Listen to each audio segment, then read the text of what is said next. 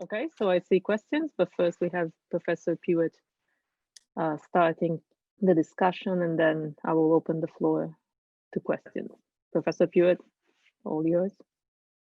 Great, thank you. Let me just begin, as have all the speakers, with giving a huge thanks to Madalena Poli for organizing this. It is both an incredibly exciting vision for a conference, and you've pulled together extraordinary papers, both this morning and we will see tomorrow too, that really bring a unique way of thinking about issues that we thought we had been thinking about for decades. And you've really forced all of us in a wonderful way to rethink our questions. So thank you, Madalena, for putting this together. It is so exciting to be here. And let me also say, in full agreement with Paul, yes, it is very sad that we can't be there in person in Philadelphia. Of course, the flip side of this, as Paul was mentioning as well, is that this is extraordinary. We have 70 scholars from around the world on a topic that otherwise probably, just for lack of money, we probably couldn't have pulled together more than, I'm guessing 15 of maybe maximum. So this is extraordinary. So what I will do in my comments is intentionally be relatively brief, highlighting some of the larger ideas and exciting points that I think the three papers have raised to us, and then intentionally leaving hopefully a great deal of time for us to have a discussion that, again, would be virtually impossible in terms of the sheer numbers in any other situation. So thank you, Madalena, for pulling this together, and this is really an extraordinary moment for, I think, the entire field to be able to discuss these issues together in such depth. So that being said, let me now turn to the three papers, which are each individually extraordinary and collectively, because of Madalena's excellent organizational skills, really force an exciting set of questions to us. So let me just begin with some obvious statements. When we as a field, and I sadly would have to include myself in this, when we think of classic texts, say Lunyu, Diamond Sutra, and commentaries to them, we tend almost exclusively to think about highly literate elite culture, and specifically written culture, in which you get carefully written commentaries to, in this case, these two classic texts. We have, I think, gotten fairly good over the decades at training ourselves to understand the significance of the theories of interpretation at play in these commentaries, how and why various figures are writing commentaries as they do, the ways they are being received, the implications of, say, one commentator reading a passage one way versus another way. And I think we've slowly learned how to do incredibly sophisticated intellectual history by doing this work. There are many examples of this, but I think certainly one of the examples, turning to the Lunyu as a key piece, would be, say, John Macon's just extraordinary work, where he just does a beautiful analysis of key commentaries to the Lunyu, showing how and why these interpretations mattered, the theories of interpretation underlying those interpretations, and helping us to understand how to bring commentaries into the larger intellectual history of China. All of that is extraordinary. But of course, what we are hearing this morning, or afternoon or evening, depending on where you happen to be at this moment, is a whole new set of questions. So the three paper givers have brought, first of all, new materials that we have not been able to look at in the case of the paleographic materials brought in by Charles and Chris, or in terms of the commentary illustrations that Bryce are bringing to our attention that we have just been kind of ignoring, precisely because we've been looking at exclusively the questions and materials I was mentioning before. And by bringing in these materials, all three paper givers are, in slightly different ways, asking us to pose new questions and asking us to think of commentary in a much broader sense, inclusive, therefore, of entire ways people are interacting and working with texts that can be at elite levels, involving sorts of things that we tend not to ask, say, education, in the case of Chris's work. It also will involve non-elites, as Charles has argued, who are working with texts that we, because of our limited definitions of literacy, tend not to think of as working with text, and therefore it literally drop out of our discussions. Or in the case of Bryce, materials that, since they're illustrated, we would just assume immediately, well, these would be just for non-elites, and it's simply trying to explain to non-elites, commentaries that non-elites couldn't read. And as Bryce says, well, actually, in this case, it's kind of the exact opposite. If you understand these as very complex commentarial illustrations, you realize that actually you have to read them very carefully to see how the illustrations are repackaging and rereading the commentaries that are themselves repackaging and rereading the text. And therefore you're doing at a whole nother level, a level of reading that we sort of didn't do because we thought these were non-elite texts. And in part they are, but they're also elite texts, but forcing us to ask new questions. So in all three cases, new bodies of material, either old in the case of Bibliographic, but newly brought to our attention, or in the case of Bryce, bringing to our attention very understudied materials and forcing us to rethink them. What are the larger implications of these forced, inspired rethinkings? Let me begin with Charles's work, which, as most of you know, is part of a forthcoming book in which Charles has been challenging the field to rethink our entire notion of literacy, which, as he argues very convincingly, we have been thinking of in a very restricted way of people who can, say, read and write 5,000 characters or 6,000 characters. In other words, that incredibly limited elite world that, again, we tend to think of as producing and reading the commentaries in a restrictive way that we tend to use them.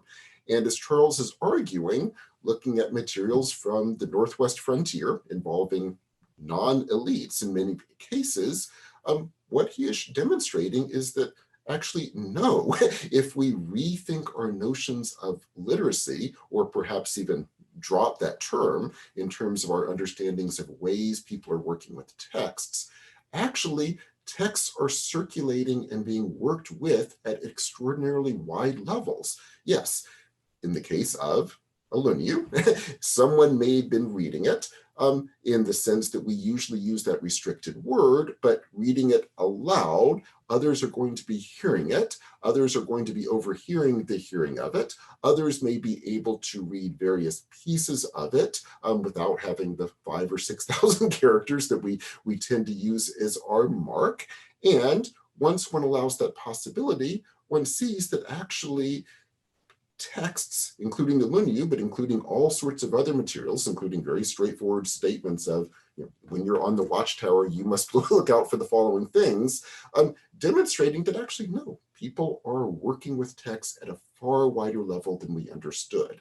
And then going back to the Lunyu, Charles, I think, shows us convincingly that the Lunyu was, by this time, a widely circulating text, probably seen as some kind of wisdom literature that is widely being read, again, in this very, very broad sense of the term that Charles is inspiring us to think of. And as such, people are quoting lines, people are reading lines, it's a part of a common discourse far outside this elite culture that we've been so exclusively looking at. And as such, it raises new questions for us about, first of all, the wide circulation of the Lunyu, which perhaps was only put together relatively recently at this point, and yet is a very widely circulating text. And of course, forcing us to rethink our extremely limited notions of literacy with all of the implications it will have for our understanding of textual culture more broadly. Very similar with Chris Foster's work. As many of you know, Chris Foster has been doing a huge amount of work with trying to rethink our understandings of education and pedagogy. So what happens when we look at primers, for example, and try to understand how people were being trained to think, to read, and to write.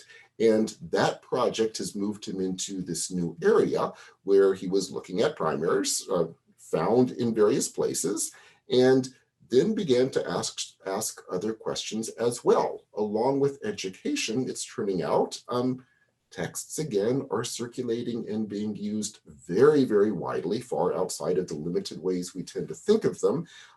In this case, intriguingly, being used as, yes, perhaps primers and educational tools, and the Lunyu, again, shows to be one of those texts that is extremely widely circulated. It is also popping up in tomb constructions, perhaps as forms of measurement, in which it's such a common text that you simply will be using tiles. I mean, when you're putting in tiles, you'll be using simply lines from the Analects to do the counting, which opens up just the fascinating possibility that this is just one of those texts that is a piece of wisdom literature that people are quoting constantly, and even knowing so well that they can just, bam, bam, bam, sort of the way that nursery rhymes could be used, that common folk sayings can be used, and that the Lunyu seems to be one of these texts. And in both these cases, both with Charles and with Chris, of course, we are looking not only at new materials, or old but newly found, that we would not be looking at, but geographically, with Charles, looking at the Northwest materials, with Chris, looking at the Northeastern seaboard, moving into what we would now call Korea and Japan, materials that literally we never would have focused upon, and showing the widespread circulation and utilization of these texts. And then, of course, when we turn to Bryce's equally exciting paper, then we get all of these issues sort of moved in a slightly different way, which is to say, let's take a body of material that, to the degree to which we've even been looking at them, we tend to sort of say, oh, well, these are non-elite texts, right? These are simply, to people who couldn't read the Diamond Sutra and read the commentaries to the Diamond Sutra, these are illustrations meant to simply explain what's going on in the Diamond Sutra. And as Bryce argues, actually, when you give the kind of close reading that these materials require, it's actually kind of the opposite, that actually the way you have to understand them is the illustrations are, excuse me, repackagings of the commentaries that are themselves, as we know, repackagings of the Diamond Sutra. And you actually have to read them very carefully because you have these incredibly complex illustrations that only work when you actually understand the commentaries that they are then reading in these surprising and different ways. And by doing so, we are training ourselves to see, or if we do it properly, as Bryce is calling on us to do, we are training ourselves to see illustrations as a form of commentary in, again, this expanded sense. An expansion that will include not only materials, but in this case, it also should include materials we thought to be non-elite, but also need to be read as involving an extremely elite culture that was reading illustrations in terms of the same kind of sophisticated hermeneutic that we have tended to think of exclusively as the domain of, again, literate commentarial traditions written by this restricted numbers of elites. So, putting all this together, I think what all three papers have done in slightly different ways, by bringing these materials to our attention, by forcing us to read them closely, they have successfully dramatically expanded our understanding of commentary to include utilization and working with materials in all sorts of complex ways. They are forcing us to see that this complex working with materials cut across elite and non-elite domains into areas of interaction that we tend not to even think about much as a field, and that we therefore desperately need to think about. And moreover, bringing to our attention the degrees to which this is going on in areas of life that, again, we didn't kind of think about in terms of commentaries, because by definition, by the way we were defining the work of commentary, these utilizations would not have even entered into our discussion. So my deep thanks again to all three paper givers. As you all have seen, the work that goes into papers like this is extraordinary, and all three have both put in that work, but also raised to us the larger implications of their work. And again, to Madalena for pulling together such an exciting conference, allowing all of us to learn from these very, very exciting new ways of thinking about commentary, now understood in a dramatically open way. with that as an exceedingly brief opening statement about the excitement of these papers, let's now turn to questions and conversations in this unique moment where we have 70 scholars from around the world to talk together. So thank you all so much. Thank you so much. If you have any questions, I think you get the advantage of asking them first. Otherwise, I will try to go to the chat and maybe I will skip some and come back to some of the questions later to give everybody a chance to raise. So Professor Goldin, as organizers, we get the advantage. You had a question for Professor Sound. Yeah, and it might also relate to Chris Foster's paper, although the way I formulated in my mind was with reference to Charles's paper. So I'm completely convinced by your idea that literacy, the concept of literacy, is a straitjacket, and it doesn't help us. It restricts our understanding of the variety of ways in which the texts are used by humans. But I'm still interested in, so somebody must still be setting the agenda.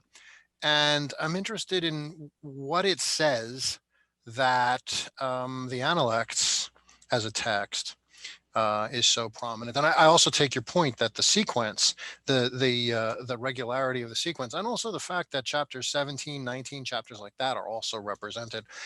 Those are also significant details about the textual history. So I have a supposition and then an inference, and then you'll tell me whether you think these hold. So my idea for the supposition comes from later frontier poetry, where the frontier is represented, not just as a kind of a landscape and not just as a piece of territory to be defended, but also a kind of demarcation between civilization and something else. And if that's the thinking, then the reasoning for having soldiers read the Analects, whether in groups or under somebody's guidance or whatever the whatever the sociological expression of that was. But the idea of having soldiers reading the Analects is to teach them that they're fighting for, we're Chinese. They're fighting for a certain culture, not just land, not just, not just because they were sent there for whatever service or punishment.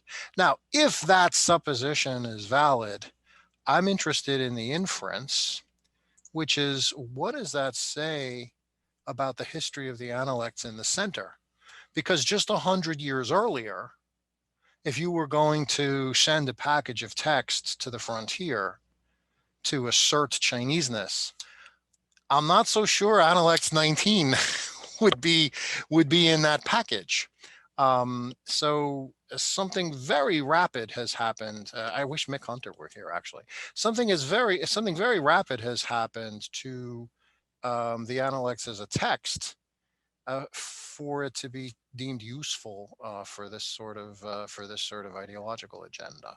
I'm curious to hear Charles's thoughts about that supposition. Yeah, thanks, Paul. That's great stuff. I do agree with you. I think your supposition about the frontier as a place of demarcation is a great one. I do think and this idea of a textual conception of what it means to be Chineseness or to be Chinese, textual conception of Chineseness is definitely, I would agree, what's going on here, and that's why this text in particular ends up in the border regions. It's not alone, as we saw in the first example, which may well have been a chunk from an edict. That there was accompanying a little piece from the Shangshu, which is another interesting thing. And actually, if we look at the wall inscription from Xuanxuanzhi, there again we see that the Shangshu. So other texts are also very prominent. But you're right that the Lunyu seems to have a special place. And I think that your point that something has happened very rapidly is a good one. I think that because if you don't mind, very quickly, because a century earlier, having Yueling on a wall is not weird. But a century earlier, having Analects 19, that would seem weird. Definitely, and I think, I would say the predecessor for me is something that we see like the first emperor's edict proclaiming that he has pacified the world. And I'm sorry to quote myself, but I wrote a chapter about the importance of that and the fact that that was spread to the very edges of the Qin dynasty's territory. And we definitely see something happening. But in the meantime, right, in the years between 221 and the late Western Han period, over a century, the conception of what it means to be Chinese has continued, I think, and I use Chinese, of course, to include the Qin and Han periods, has developed. And so that there is this conception, and Confucius already at this point, first century BC, is taking on this particular importance that he has for whatever reason, and that we see him emerging as a figure, and with him then emerging this text. We could ask why that text particularly ends up in the border regions, and I think it has a lot to do with with that deliberate decision to focus identity around particular things. And that, yeah, you're right, it's remarkably rapid, but I think if we look elsewhere in Chinese intellectual history in the time, rapidity of development is pretty clear throughout the Han period. So Thank you. Chris Foster, do you want to add anything? Yeah, just a brief, I guess, comment to that. We don't just find the Analects though, right? I mean, we also, the Yanzi Chunqiu is one of, it's amazing how often that pops up in the Han materials as well. So if this is actually a program to place Confucius as sort of the bearer of Chinese identity, I think maybe there's a little bit more complexity going on there. There's alternative figures that are also being pushed. And also it's, I guess the textual corpus that I would place as sort of a bearer of authority before this isn't necessarily, yes, the edicts and so forth, but and obviously this stems from my own biases and what I've been studying, but you have these scribal treatises, the Zhangjiapian being one of them, right? And it's really which demographic are you targeting? If you're thinking about the scribes who are out there who are, actually running the bureaucracy of the frontier, they're the ones who have been trained in this textual corpus of the Zhangjiapian. And so for me, the question is, why does this text all of a sudden drop off and then it gets replaced by the Lunyu and these other works? And for me, it's a matter of sort of competing prestige and the spread of literacy. It's sort of this self-fulfilling cycle, right? Like people want to learn it, they learn it in the frontiers, it becomes more important, then no longer it has that sort of hegemonic presence that it used to have. And so it's pretty remarkable because it's precisely the first century BCE, Zhangjiapian becomes not popular at all. The Jizhoupian replaces it. In the Jizhoupian, you have a curriculum that discusses the Shangshu, the Chunqiu, the Lunyu, and so forth. And then you start to see materials like the Analects and so forth. So yeah, no, it's a great question. Thank you. Yeah, that's good points. Andrew Mayer, comment for Charles Sam. Sorry, can you hear me? Yes. Yeah, I mean, I was just, I think this can apply to both Charles and Chris. I mean, I put it in the chat so everybody read it, but that, it may be that the Analects is being used to indoctrinate soldiers in this way, but I thought of it, and the one example that Charles gave of the quote about, the problem is not that there's dearth, the problem is with an inequitable distribution. That would be a really good justification for paying off the Xiongnu. And that one of the utilities of this text on the frontier might be that it provides these unimpeachably quotes of good pedigree coming from Confucius and his disciples in justification of military and diplomatic policies. And I mean, just this is sort of dovetailing off of what Paul just said. One of the things that I think might explain what's going on with the Analects, the movement of the Analects that Chris is talking about, and Charles. I mean, think about the scene of the text itself, right? Confucius and his disciples. That scene is so far removed from the scene that we see on the frontier, right? I mean, this guy sitting in Lu, outside of the state, in a completely demilitarized environment, talking with his students. with these young men, versus this, sitting in a fortress on the edge of the civilized world, armed to the teeth and fearing for your life. I mean, that the idea that both of those situations could be read into one another is an ideologically very powerful kind of formulation, right? The idea that, yeah, this other scene had some wisdom that informs what we're doing here now. I think that's sort of, that may be part of what's driving the upsurge in the popularity of this text. And I'll shut up there. Yeah, so from my perspective, I mean, so I'm focused on Lunyu because of the nature of this conference. I would actually, when I talk about it, pardon me, Michael, my book's actually already out. So if you want to be purchaser number 12, you can go onto Amazon and buy it. But if with this text, there's all sorts of other stuff too. So it's not just about indoctrination. There's other sorts of texts that are part of this same sort of larger conglomeration, this larger body. And so I'm coming at it mostly from that way as a piece of a larger picture. That said, I mean, I think your point about, there are all sorts of reasons that one could be quoting Lunyu, like justifying Xiongnu policy does seem to me to be I think that's a really interesting thought. I hadn't considered that before, because the other edicts that we have where there are usually Shangshu quoted, we don't see that, or at least for me, the connection is usually more tangential rather than so direct. Chris, again. Yeah, I think that's, I liked the idea there of these two scenes sort of being read into one another. And I'm wondering if maybe the point you're getting at is there a nostalgia that's building? We're out here on the frontier and we're in these miserable conditions and we're doing miserable things. Look at how refined it used to be, or it should be. Well, not that there's a nostalgia, but that there's a claim of moral authority, right? That, in other words, if that scene has anything to do with what we're doing, and we know that these are very wise, civil, moral people talking about, very elevated truths and very moral imperatives, then all of the dirty stuff we're doing here, we're absolved. Well, it can't really be all that bad if there's a relationship, right? If the two scenes can be linked, then obviously there is a moral substrate to what we're up to. I like that. Though I also like sort of your point too, that because they're such very different scenes, how do we think about the analects actually being sort of transmitted in the frontier, right? Like if you're supposed to be doing it with a master in a disciple setting, like if that's the way you're supposed to be engaging with the text, and yet here we have you just listening to it being read in isolation, or I don't know.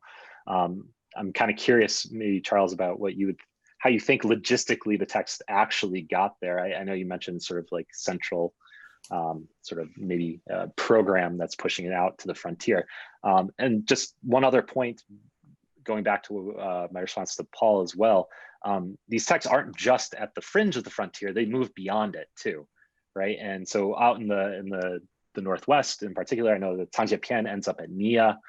There's Analects in Lop Nor, right? Like, which is into Xinjiang and so forth. And so the question of whether or not those are sort of culturally Han entities at that point, or who's actually engaging with the Analects there when it comes to identity construction, or when it comes to this sort of like, moral absolvement from fighting. I think that's a good point to keep in mind. Okay, the favor Lichtman, and I apologize if I mispronounced that. Question for Charles Sands.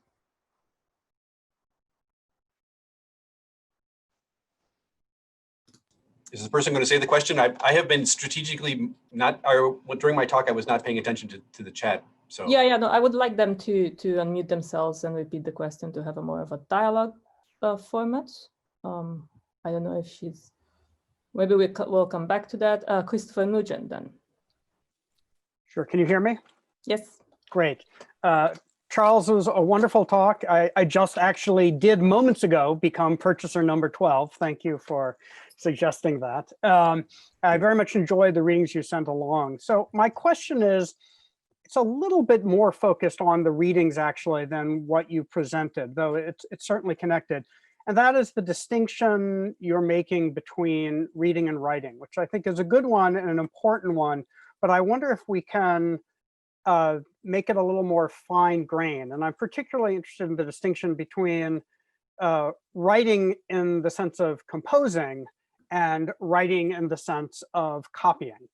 For a lot of scholarship on medieval European manuscript culture, the reader and the scribe are essentially conflated because people are creating their own texts all the time. That's how they get access to text. So that we can have a group of people who are not especially skilled in writing in the sense of composing. In fact, may not be competent enough to compose at all, but can certainly copy out texts. And most of the accounts of learning to read in medieval China certainly start with people doing reading and writing simultaneously. They are writing out characters that they barely know the meaning of. They know the pronunciation, obviously, that's part of what they're being taught. But I'm wondering how you would tease that out. Do you think that a lot of the people who are, barely literate, if we want to use that term, are still capable of producing text in the sense of copying texts that are coming to them and then using those for their own purposes? Thanks a lot. Yeah, that's really interesting stuff. So I was working in my book, of course, with Trej, who talks about situations in which reading and writing were taught separately in slightly later medieval China. So in some cases, at least, it is separate. And I was very much, I'm very much informed by my own experience. Not a very good speller, but I certainly can read most all English. So this is, these are the mere fact of being able to compose something even to write down what I say and to read something, for me, there is that fundamental difference. And your interesting point, I've actually, over the last couple of years, I've been spending a lot of time reading medieval Latin texts, and a lot of what we do read is this sort of composite thing. And so right now with a grad student, I'm reading a collection of sermons, right? That is exactly the sort of thing that you're talking about, things that are not, this person who created this collection created it at some level, and yet probably could not have composed, or very few people could have composed them. That's an interesting point. I do think that is sort of aiming at a much higher level than where the focus of my interest is, if I can. So I'm sorry to sort of like slide off, right?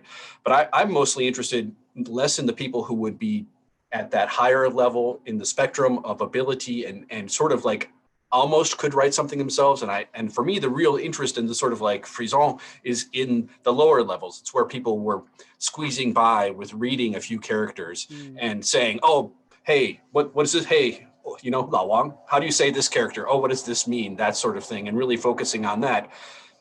And the fact that there were a small number of professional literates at these places, and these are more the sort of people that Chris's education would result in, that could do that sort of creating, I think is pretty clear. But I do think that would be a small number. But for me, that being a small number is a very separate issue from the sort of the wide social impact that these texts would have through people who were doing other sorts of interaction, and especially the sort of mixing of reading and writing, reading and hearing, which was how they got the content of posted documents such as signal standards. Great, thanks a lot. That's really helpful. Okay, Dorothea Lichtman, she just stepped away for a second, so maybe I will read her question to Charles Sanft. A very interesting piece about the fire signals. Is there an estimation of distance at which this system worked? Max distance at which a fire signal use was visible? Do we know exactly what the torches look like?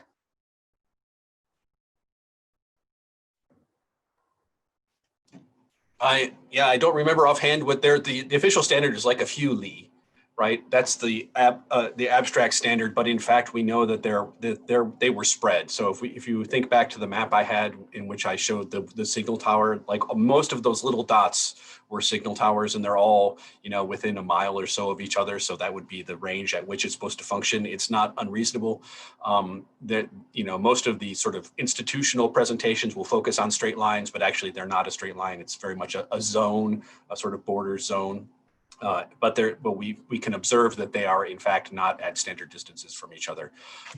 And the question about torches is an interesting one. I don't remember offhand, but because wood preserves fairly well in that dry environment, I'm sure that the examples do exist. I just can't describe them offhand. Thank you.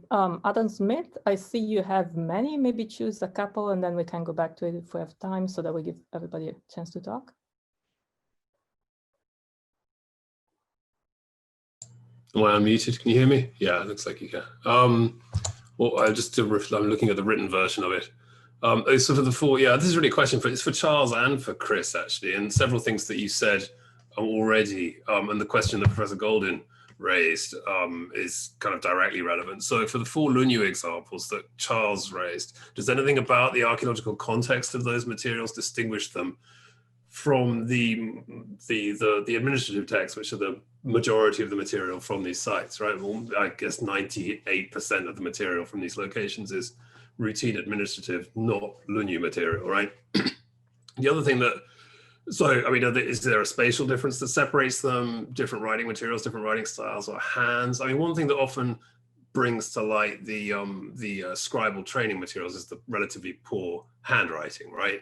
And there are certainly examples of that from the Dunhuang and the Inner Mongolian garrisons, right? The cases of very rough handwriting, copying out Ganja dates, those kinds of all the old stuff that you associate with scribal training. And of course, the materials on which they're written. Actually, that was one thing that I wanted to ask. Your first slide, I must admit, I couldn't actually see any characters on that at all, but I take your word for it that they were on there. Charles, I mean, it was also a very sort of distorted wooden object. Was that one of the prisms, so-called? Because again, those are specifically associated with scribal training, right, rather than administration.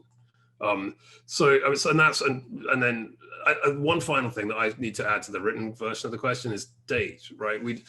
It sounded from what Chris Foster was saying was that you actually see a decline in the Tangjiapian, and I think the Jijiupian is also represented, isn't it, in the garrison materials? So you see a chronological decline of those two primer texts at the same time as a growth in the Lunyu, right?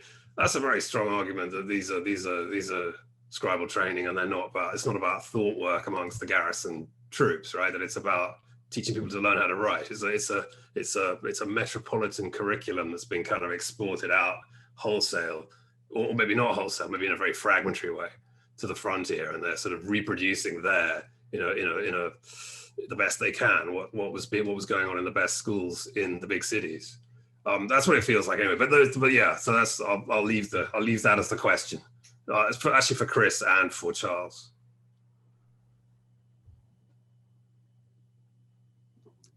Whoever wants to go first.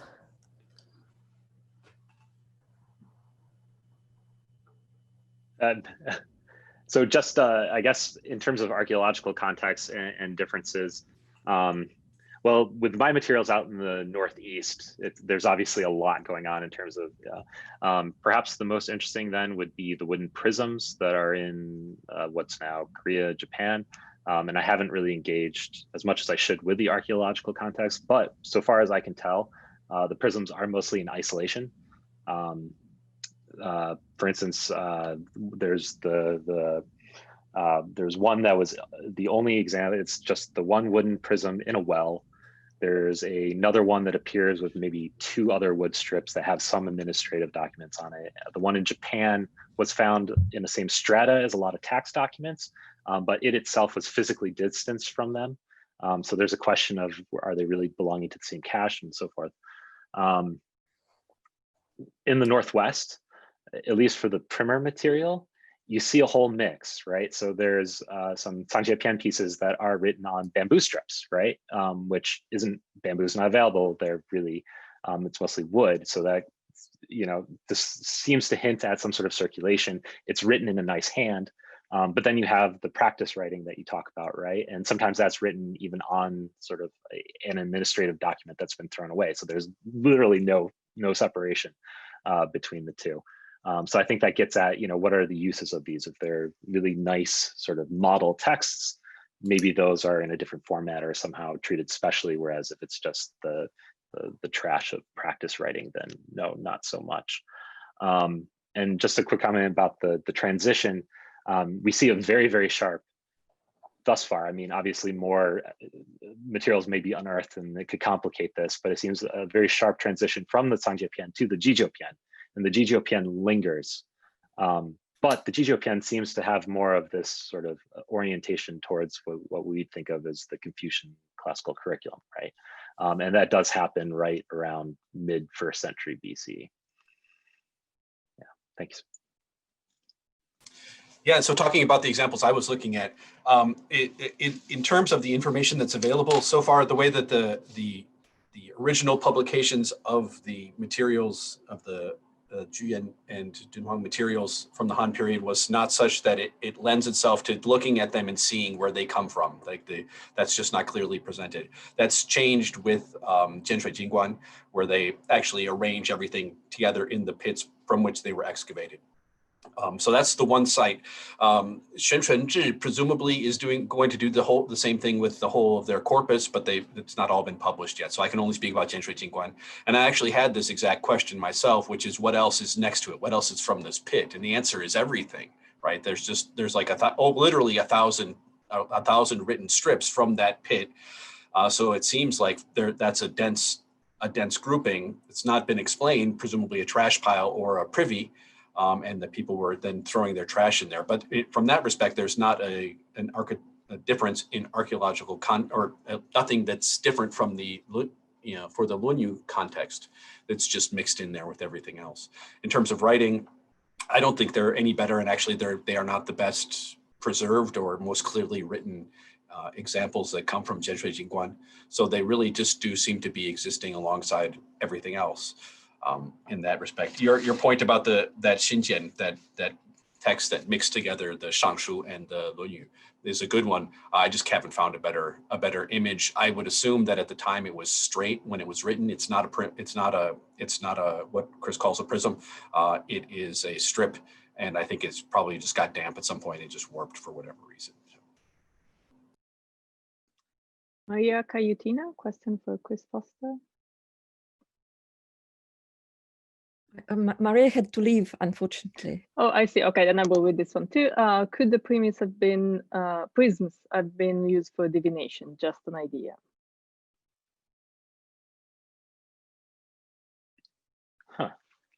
Something that I haven't considered. Maybe I'll look into that. I know that there is, so it wasn't found alongside the prism, but I think at the same site, a strip in one of the Korean contexts where there was, it's a different shaped sort of wooden strip that discusses, it's apparently a prayer for rain. It discusses the Dragon King and so forth. So there does seem to be some sort of ritual activity going on there. Yeah, not my sort of impression is that I don't think it was used for divination, but I'll look into it. So yeah, I'll have to thank Maria for the question and maybe write her an email. Gilras?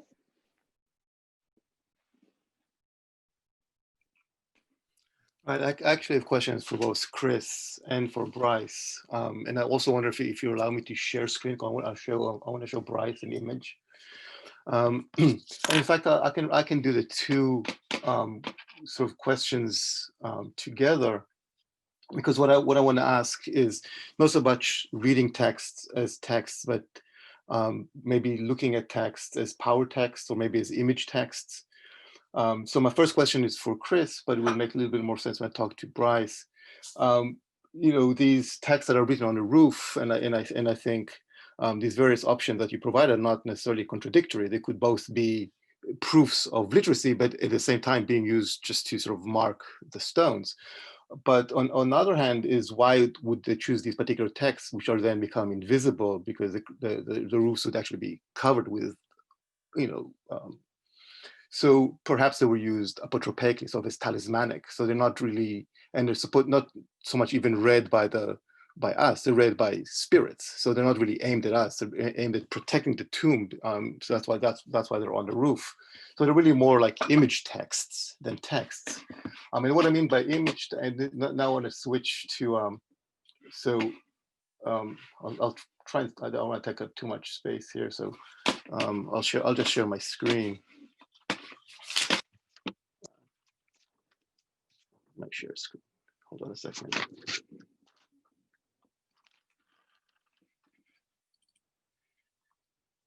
So this is for Bryce. So I asked about this little figure in the moon that was in your image. So this is both of these images are from the same Taoist text.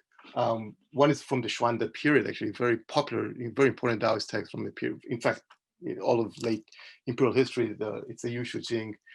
So the jade pivot scripture. So you can see that a lot of the iconography is exactly the same iconography. So I think there must be a lot of drift back and forth in the Taoists, and especially the tantric Buddhists and Taoists are producing these.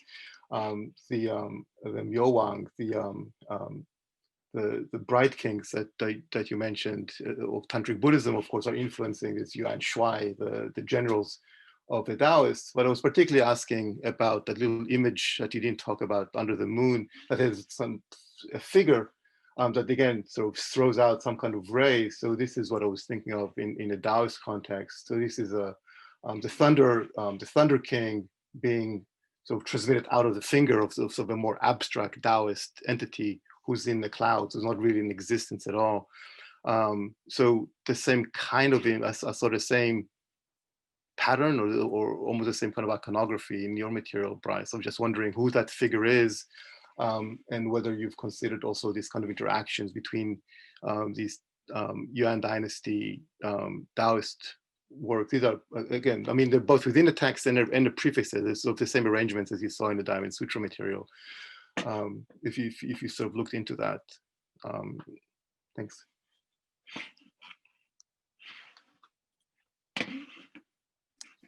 So I can respond to that, and then I think I'll also share my screen so we know what we're talking about. So I think you're talking about this figure here. Right. Yeah. Right. So this figure actually I read as an image of thunder, which is one of the images, one of the similes used in Wang Risho's commentary. So something as brief as a strike of lightning or thunder. And so this is maybe an example of visual literacy where we see this image equals thunder kind of thing, where it responds directly to what we see in the commentary. Can I just interject? If that's the case, I think you should think about it more, because the thunder gods were becoming central to but not just Taoism, but kind of imperial religion from the Sung onwards. So the importation of this into the Diamond Sutra, I think, might be very, very interesting to sort of follow up. Yeah, it is, and thank you for pointing that out. I mean, I didn't really draw attention to this either, but I think Professor Raz might be interested in the fact that one of the bodhisattvas in the end piece pantheon is Zhenwu Pusa, which is Zhenwu Bodhisattva. So definitely interacting with popular Taoism during the early Ming.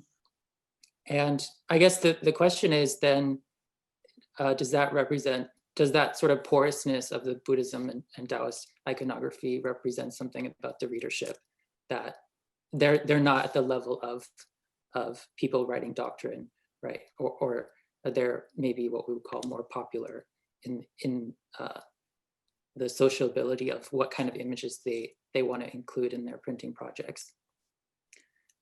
So yeah, that's definitely something that I should look into more. Thank you for bringing that up. If I can just follow up one more, having Zhenwu Pusa here is just what triggered, because he's the same image as the Puhua Tianzun that I showed you. That is not popular level. Zhenwu Pusa was identified with the Huizong emperor. So they're aiming very high with these crossovers. They're not aiming, if you think of popular as aiming low, they're aiming very, very high, I think. Okay, thank you. Thank you. And if I can just comment, maybe I'll share my screen as well. Let's see here. Just to show this one stone. So thank you for the question. And yeah, I absolutely agree that, you know, these aren't two mutually exclusive options. These can be texts that are being used as a counting device and at the same time have other meaning and other functions as well, one being talismanic. You know, I didn't have a chance to mention this, but those inscriptions, while they're the vast majority of the sort of inscriptional program in the tomb, there are a few other examples of writing in the tomb, one of which being, it's this brick. I don't know if you can see it, but it's a fan-shaped brick. It has the character N, person, written on it multiple times, kind of overlapping. And it was found right in the front chamber by the door, right? And so the idea being that this is perhaps something that's separating the realm of sort of the living and the dead. So I definitely think that that's going on. I like the idea of you know, the fact that the writing's covered up on the ceiling is not necessarily, it means that the writing might not necessarily be for the eyes of the living in the tomb, right? I think, you know, covering up isn't maybe a problem for the dead reading the text, but there are other sort of aspects of the inscriptions. Let me see if I can, that do suggest that there's stuff going on with the writing that makes it so that it was being used in the construction. So you'll see there's this one sort of white slash stroke between two horizontal rows. And it's a pattern of this, and it occurs throughout. There's this small, slightly carved line that goes on. I think the sort of the spacing and the structuring of it so that all the writing, the lines fits on one horizontal row and that they all line up. I think there has to be some sort of construction purpose to this as well. So the question is, you know, really, why is it on the ceiling? It could be serving to keep the Puett from, you know, being released upwards. But I do think it has something to do with just the complexity of this architectural feature as well, because we don't see it on like the side walls, for instance, too. So yeah, no, that's a great comment. Thank you. If I can just follow up, actually, I like the fact that you had those lines connecting. If you read the Ge Hong's description of how important connecting all the lines are in talismans, that might actually explain why, as they're thinking of how difficult it is to construct the roof and having, you know, matching up precisely, that's exactly how Ge Hong describes the importance of transcribing talismans very, very carefully so you don't miss out a single line. Very interesting. Thank you. Yeah. Okay, I will skip a couple and then I'll come back. Additional comment to Jill asked a question to Bryce. The iconography of the moonlight ray seems quite different between the two illustrations you showed. What could be the reason? You have to unmute. Oh, I'm mute. Yeah.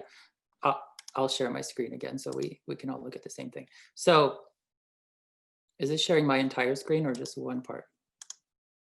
Your entire screen? That was sharing your entire screen, Bryce. I see that you checked Gil's Dartmouth page. I wanted to see your recent publications, so I'm sorry. That's embarrassing. Anyway. Flattering picture of him. Sharing just one part of my screen. So the question was about, I think, the difference between the moonbeam. So unfortunately, the iconography of this, what's inside the disc, is not super clear. In the Korean example, it's clear that it's a black bird or a raven, which means sun, usually. And the identifying label helps us with that because it's near this. And this label is about dew drying when it meets the sun. Oh, interestingly, to go back to Professor Raz's comment, the thunder deity also appears in the Korean print in a very different form. And the label talks about thunder. So that's there in the Korean print too. I think to explain the difference, there's maybe two or three reasons. So the first one is that possibly both of these are working from an earlier illustration that I don't know about. So that would be the most complicated reason. And in that case, they are both interpreting what they saw in an original illustration as a diagonal beam coming from a disk in two different ways. So one of them saw the beam and said, that must be the moonlight from this commentary. One of them saw the beam and said, that must be the sunlight from this commentary. That's one explanation. I think another one is that the later print, the Xuande print, intentionally altered the image to be moonlight because they wanted to shift focus to the poetic commentary for some reason.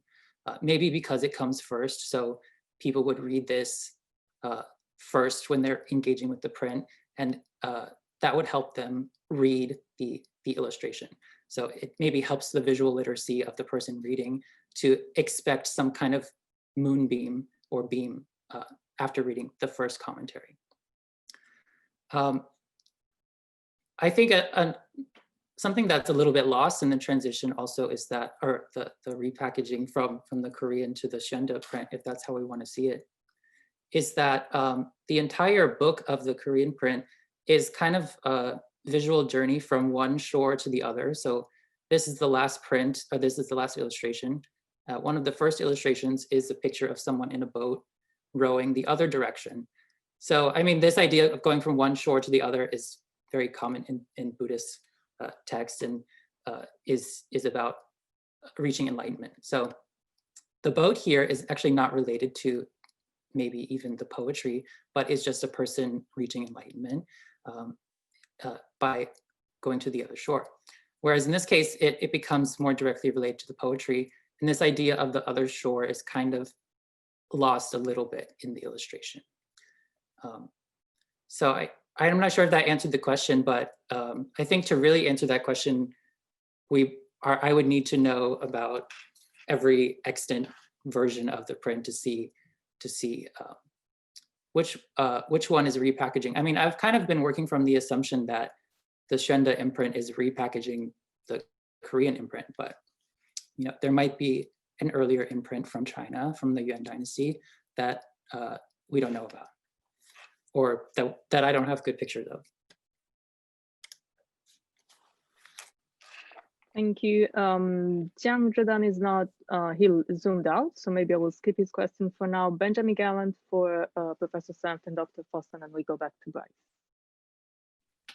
Oh, thank you very much for these wonderful talks. And I have two kind of related questions.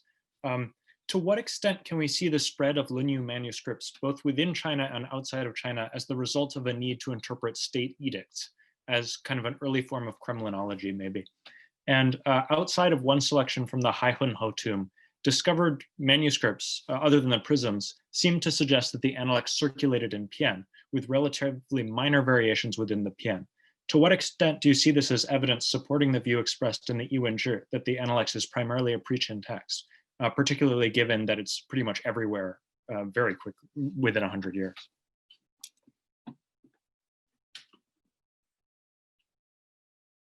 Thank you.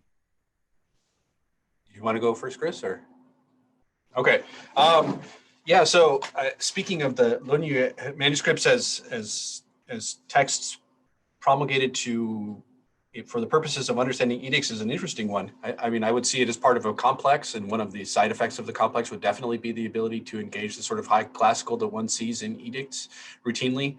So I would say I can imagine that. I haven't explored that specific question, but it seems to me definitely one of the functions. I think I would not necessarily say there was just one purpose, or even if there were a purpose, if it were knowable, and that wouldn't determine the end of the use of those texts anyway.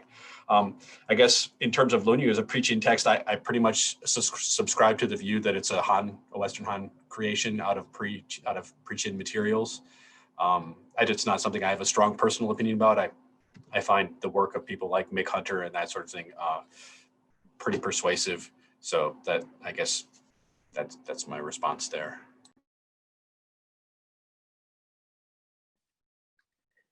Yeah, so thank you Ben, for your question. I really appreciated that. Just to touch on the latter point, the Lunyu spreading in Pian, it seems like from the Zhongshan analects, the Dingzhou analects as well, there's a good distribution of content across the entirety of the received 20 chapters that we have. So there's two sort of tomb manuscripts that seem, to have the text in its complete form right there. So maybe that complicates the Pian bit a little bit. Personally, thinking about a different text that's Sanjie Pian and trying to understand how it came together, I actually believe that the study of these texts, and perhaps the study of these texts on prisms, on wooden sort of this particular writing support, might have led to a consolidation of textual identity into these larger units. The reason I say that is because these wooden prisms, they tend to only be able to hold a small chunk of textual materials. They are easily isolatable, so they can move a little bit easier, which means that even if they're associated with more material in the past, they can become confused. And I think in my mind, what that led to is that a thinking of zhang or pian, not in terms of sort of the opening characters. So with the Sanjie Pian calling it something like Tanjie, or with the Lunyu talking about a Shui R chapter, but instead starting to think of these as numeric units. So, 1, 2, 3, 4, and that then encourages a stronger, more cohesive overall textual identity. Whether or not that's going on with the Lunyu, I think maybe potentially something is happening in the mid 1st century BCE with that. But my sense is no, that the text is really kind of put together then, and yeah, that's why we see it. So thank you. Okay, thank you. Misha Tad for Bryce. Yeah, hi, can you hear me? Yes. Okay, so based on the previous discussion, it seems like part of my question has been answered. Gil and Bryce just showing some images that also have these labels in the Ming Chinese context, either for Buddhism or Taoism. But just to put my original question in context, in the overall vision of the conference, we're thinking about how these texts are moving and how there's a complex different ways of using and reading. And in the Korean context, for the example of the Korean Buddhist printing, I was just thinking about how in Korea, the Chinese script is engaged with, and there are different ways of reading it in the same way that the images are interpretations of the commentaries, which are interpretations of the original text, and that you have different ways of engaging with Chinese or classical Chinese from a Korean perspective that may lend to certain kinds of motifs. And I guess I'm wrong in this case, but I think the general question and the general thought process was the multiple ways of engaging with Chinese texts in different contexts. And so, sometimes in Korea, they would use a gugyo, which is sort of like you could say furigana in the Japanese context, to gloss the characters in a way that could be pronounced in the local language. And that thinking about that sort of paratext structure in printing and these things may have influenced, the use of image, but I guess I was wrong in that. And I don't know if you'll allow me to sort of throw on an actual question at the end in regard to the question of primers and how primers are used. I think it's a really big topic, actually, in regard to how we engage with classical texts. And clearly in the Han already, which you can say is a period when a lot of the open texts are becoming closed texts and the classics are becoming classics, and then you have commentaries, that sort of transition.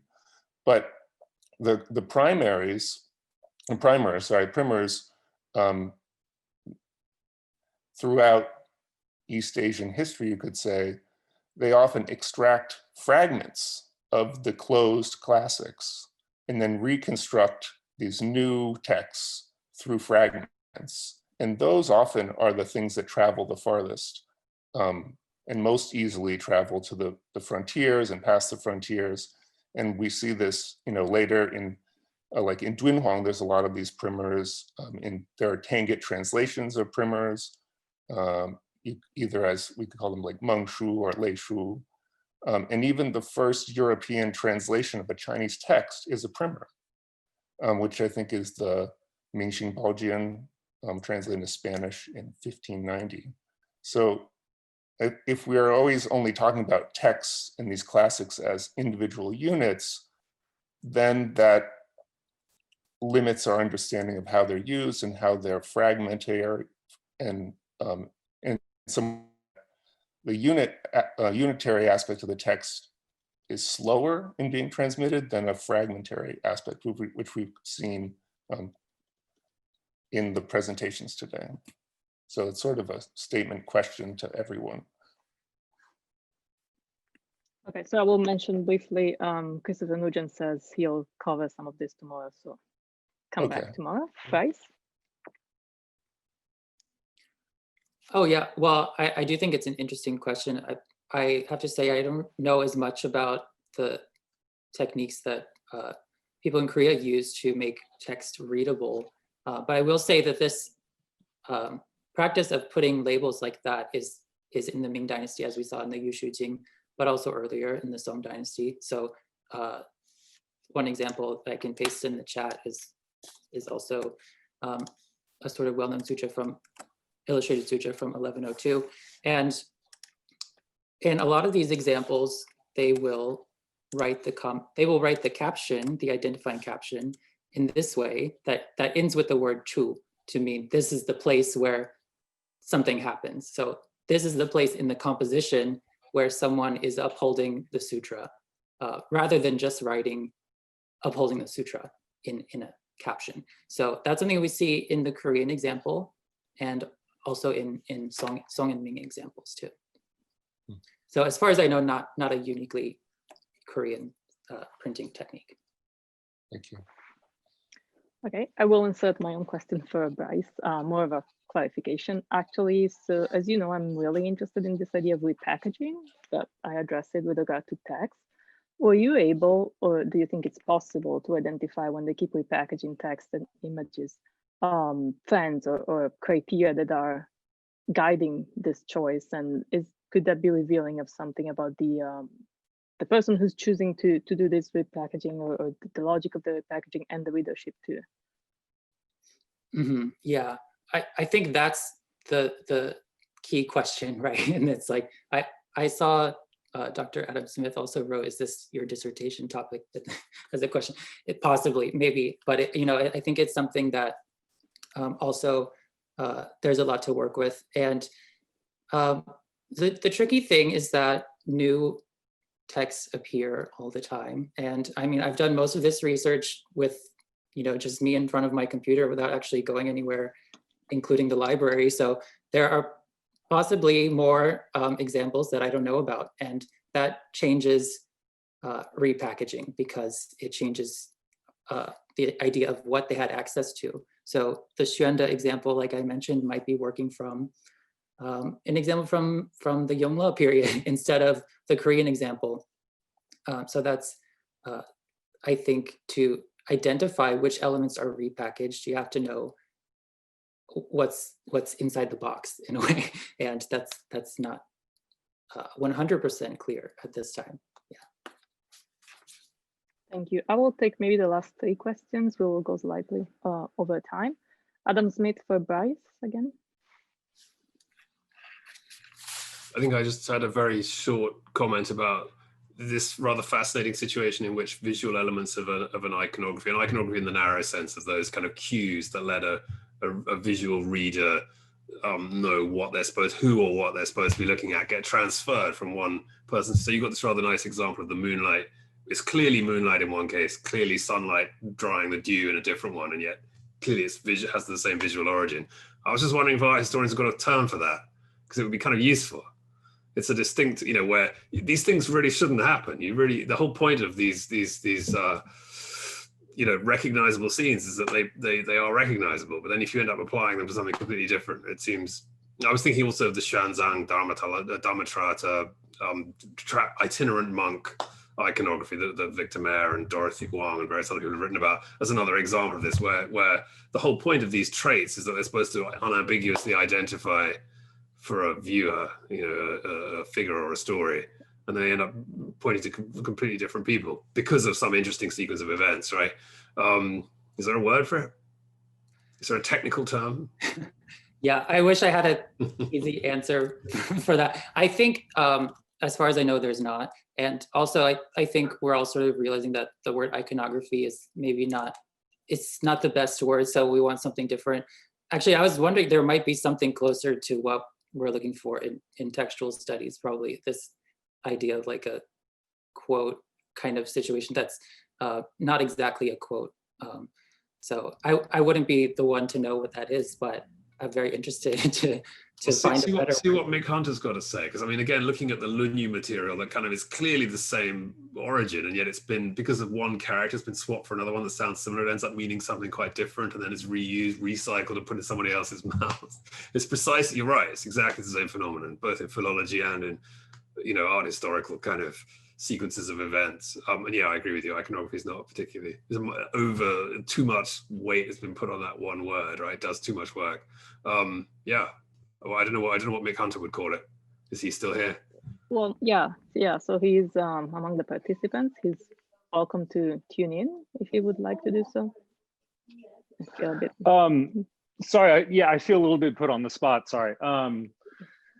Yeah, I don't know if I have a great word either. I think I saw another question in the chat that was on the variability question, and was asking about the variability in the manuscripts, Lunyu manuscripts, which seem to me have always struck me as very minor, or the sorts you'd expect of manuscripts generally, but that there wasn't, that the more interesting variability was sort of in the wider corpus of Confucius material. But that, beginning in say 100 BCE and moving forward, the Lunyu variability was actually quite minor. But I don't know. I don't know if that's helpful for this particular conversation. Thank you. Lisa Indrakalo, bring us back to the beginning with a comment for Charles. Hi, thank you. So Charles, with the premise that I don't have a very strong opinion about the periodization of the Lunyu, but I have a tendency to agree with Mick that it's most probably a Han product.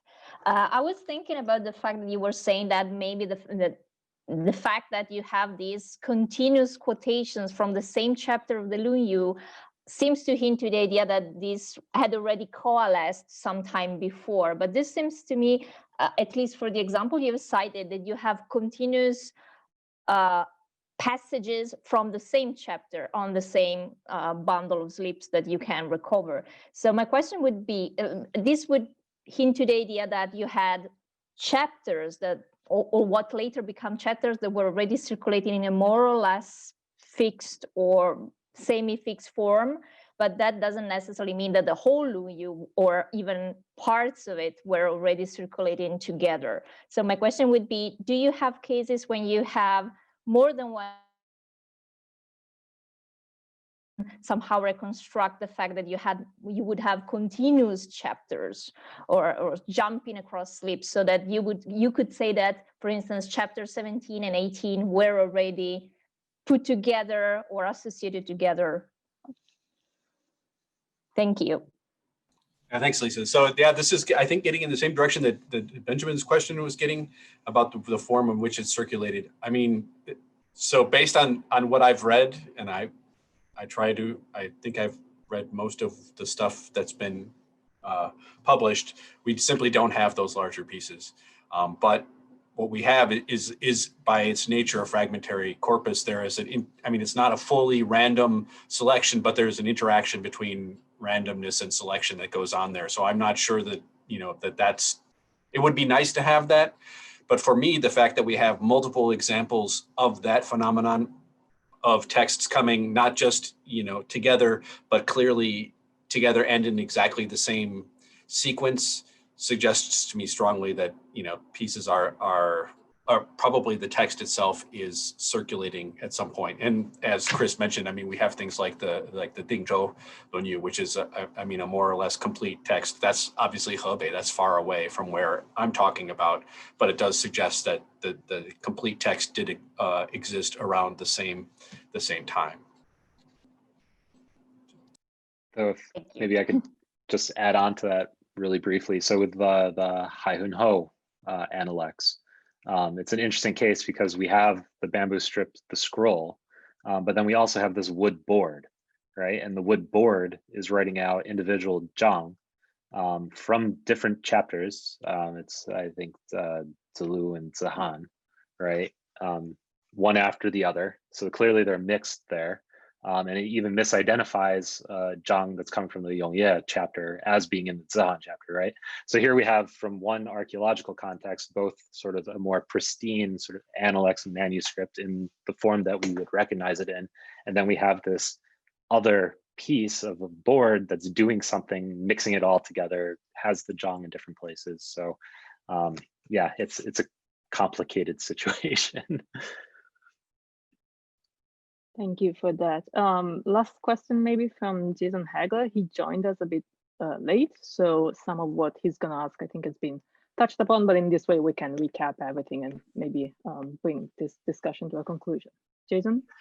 Yeah, my apologies for any redundancy, but I guess especially with the direction that the questions have been moving, I guess I'm wondering to what extent these, it sounds like we've got things that look like circulation of the Analects. It sounds like we have circulation of things that are primers, and it sounds like we have circulation of things that are collectanea, and that the degree of, I guess, porosity or intermixture between these things varies by time. So in the variants of the Analects, how often do we see them like directly associated in contexts that seem more collectanea-ish, or have things that we don't associate with later Analects, with the received tradition of the Analects?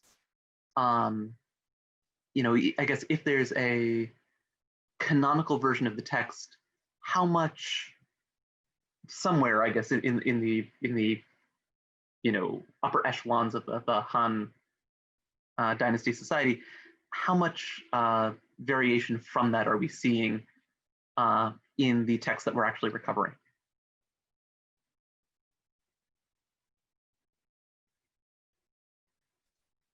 Maybe Chris and Charles Sams, you could address this. Yeah, so thank you for the question. And I guess one of the points that I wanted to get across by talking about the Haihun Ho and the Jingzhou Analects in particular, and the other texts that they were found with, is that we can't sort of come to these collections with a preconceived notion of what the Analects is, and then read that into the archaeological materials and say, okay, we have an Analects, and then we also have Ruzha Yan, right, or Ruzha Yu, right? Like, and this is something separate. We don't understand what it is, but it's not the Analects. Or especially in the Haihun Ho case, I mean, we have content from the Li Ji, the Zhongyong chapter, this, you know, super important, famous chapter of Li Ji, along with other material that we can identify, and it's written on strips that are physically indistinct from the Analects, in hands that are the same, in calligraphy that's the same. And so, you know, we can't necessarily then just say, okay, clearly this is not the Analects, but it's part of a, you know, somehow associated with the Analects. I mean, it just draws into question what is the identity of the Analects in that collection at that time. Yeah, I guess that probably covers at least the two collections that I was talking about there. Maybe Charles, if you want to talk about the Northwest stuff a little bit.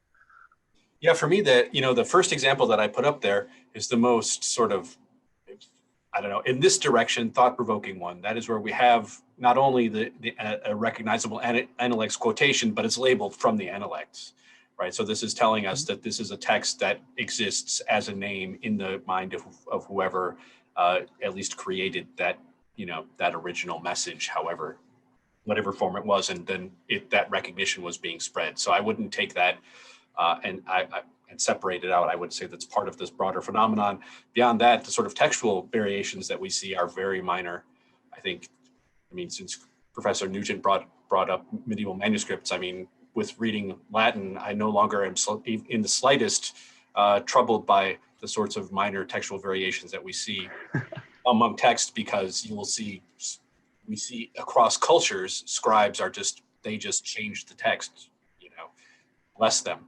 And so the variations that we see, I'm not disturbed by them, and I guess I maybe would even be stronger than Chris in saying, for me, that it does seem like there is a text, there is a Lunyu text, and sometimes we even have the name. No, thank you. Yeah. Sorry, Jason, do you want to? Oh, yeah, no, I was just saying thank you. That makes a lot of sense, because I guess it really gets into the question of usage, because I guess the discussion of Analect specifically as an ideological text, and whether that's being exported for certain purposes, or whether this is more people drawing it out, or taking these sources of information, trying to use them in their own context, in a local context. And I guess one of the things that I've been trying to get a sense of is to what extent we're thinking of textual propagation and, like the criminological kind of explanation of the usage of these texts is sort of a very center-oriented thing. Everything's with reference to the emperor, as opposed to a more peer-to-peer or user end or scribal agency oriented approach, especially once we're getting out beyond the borders of the empire. And so in a lot of ways, my question was oriented towards trying to draw out that information and Yes, kind of see, yeah. I think we discussed some of this before, Yeah, so my apologies. I'll make the recording available. I think it's they're all great points that have been touched upon. But since we're over time, two things that I want to say. One is so thank you all for recognizing that my role in organizing this. But I do want to say one may have great ideas, but if there is no collaboration, they don't come into being. So this was very much the result of collaboration and effort put in by everybody. Good research is done through collaboration, and I want to make that very clear. Do join us tomorrow, because we have 3 more amazing speakers, and there's going to be another hour of discussion, very interesting as it was today.